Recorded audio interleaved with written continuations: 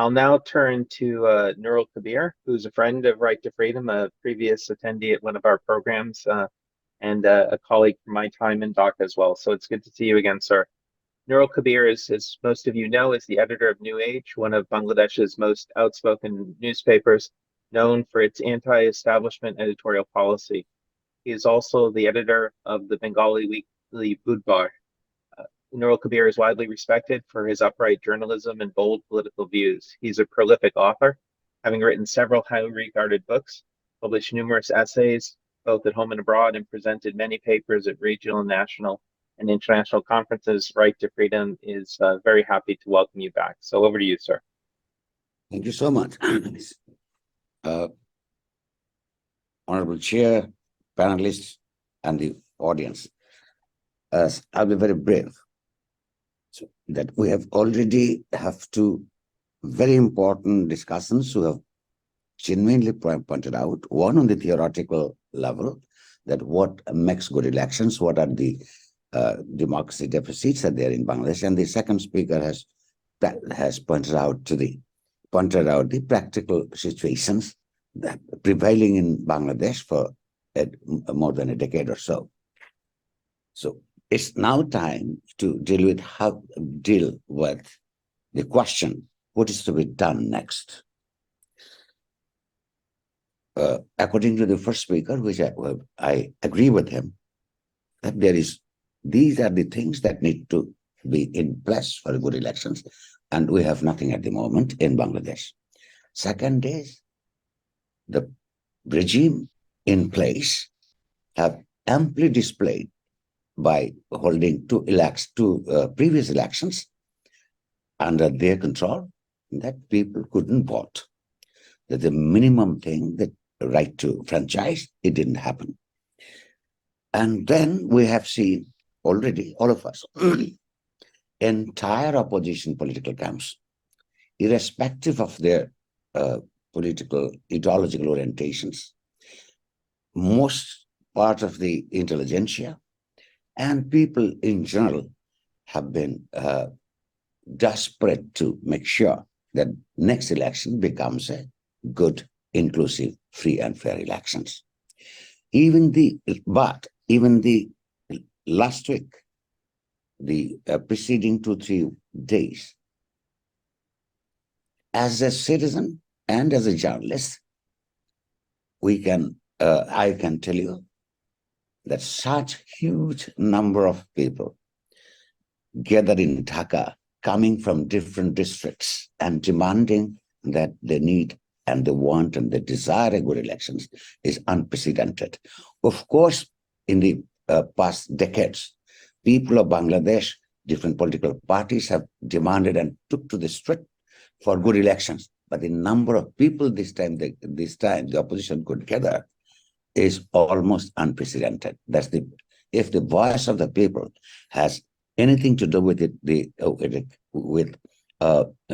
in an elections under a neutral administration, the opposition has already displayed it. On the other hand, the government has also clearly displayed the fact that it doesn't have any intention to comply with the demands of the people. And they have so far, for the last 10, 12 years, have attached no importance to the demands made by the people and the opposition political parties. Rather, what I'm worried of, I can see very well from the past experiences of Bangladesh's politics. So far, for the last few years, so far the political movement, mass movement for democratic elections has been peaceful, primarily due to the restraint exercised by the opposition parties. Because the ruling parties and its members of the alliance have consistently been provoking the opposition to engage in clashes, because this is once again an opposition party comes up with a freedom of agitation or protest, that the ruling party almost side by side the venue of the opposition in the name of peace rallies, they have come to the street. This is a clear provocation that that one doesn't need to be a rocket scientist to understand.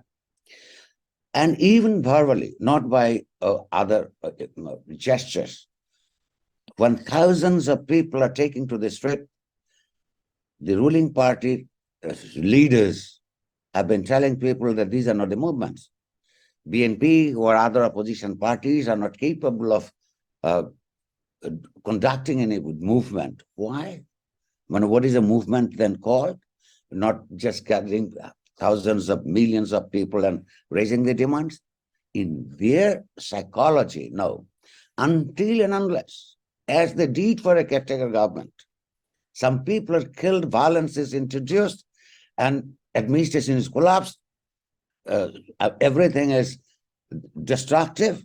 Is it called movement? But exactly that is what the ruling party leaders have been mentioning clearly, very clearly for last few months. And then came the 28th of October.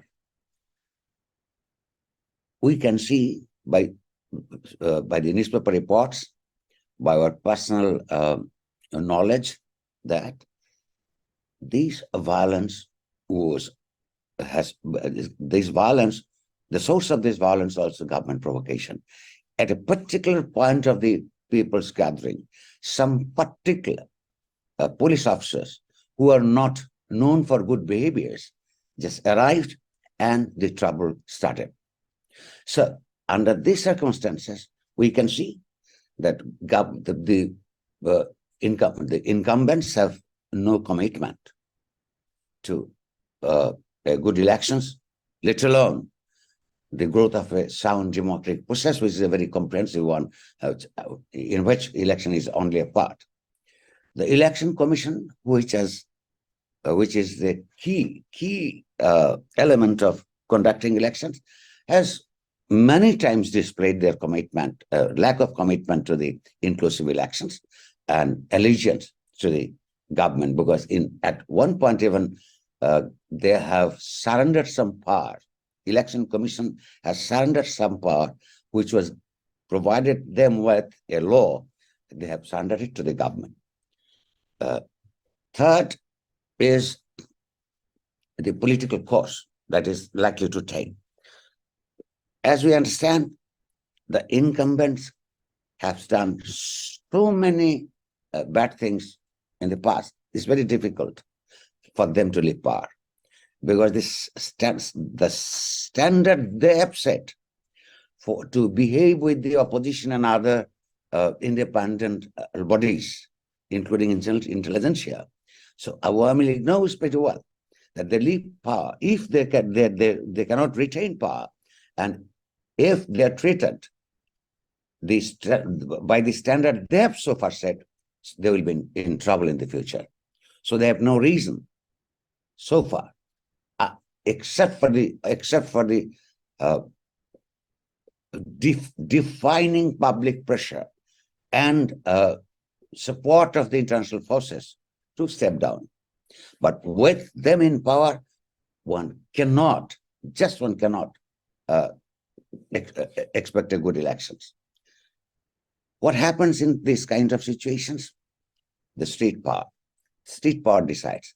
But as Brigadier Sakhawat has already pointed out, I will just mention in support of his observation that entire state organs have been politicized. I have no problem with the politicization, because politicization is a very important thing. Politicization makes a state rather stronger. Politicization on the partisan line is the important.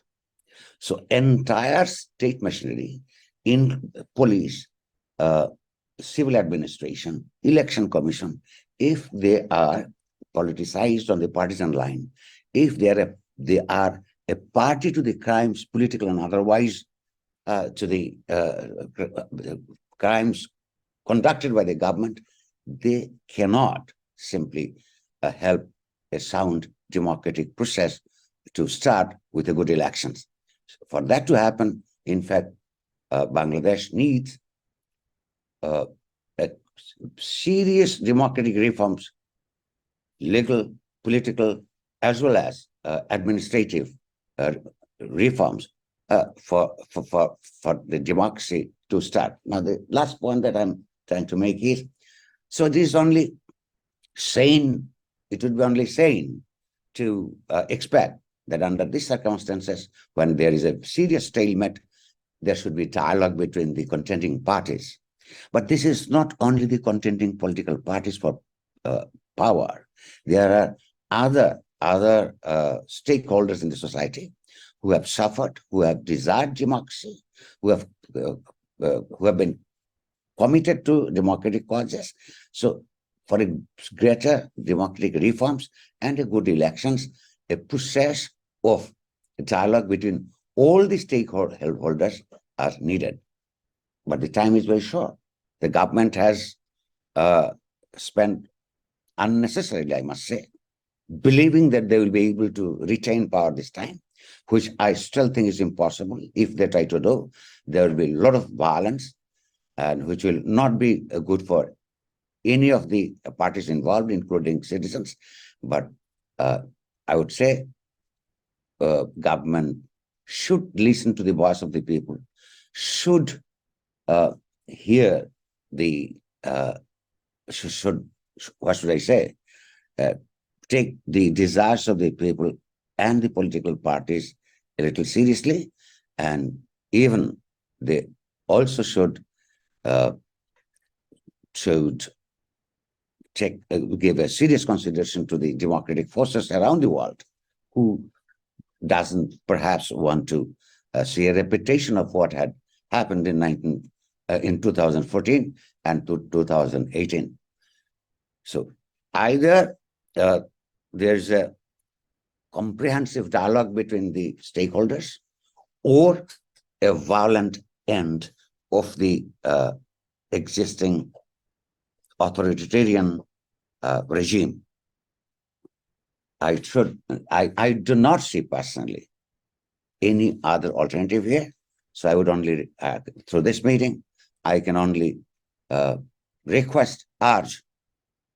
from the core of my heart that the stakeholders will give a second thought and reach a consensus and take legal, political, and other necessary steps that really makes a good election, to happen a good elections. The last point is, interestingly, almost every stakeholders know how a good elections are being taken place.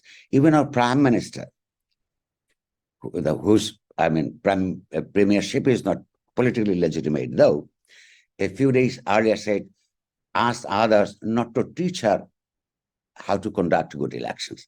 I trust them. I trust her. I've written an editorial to her.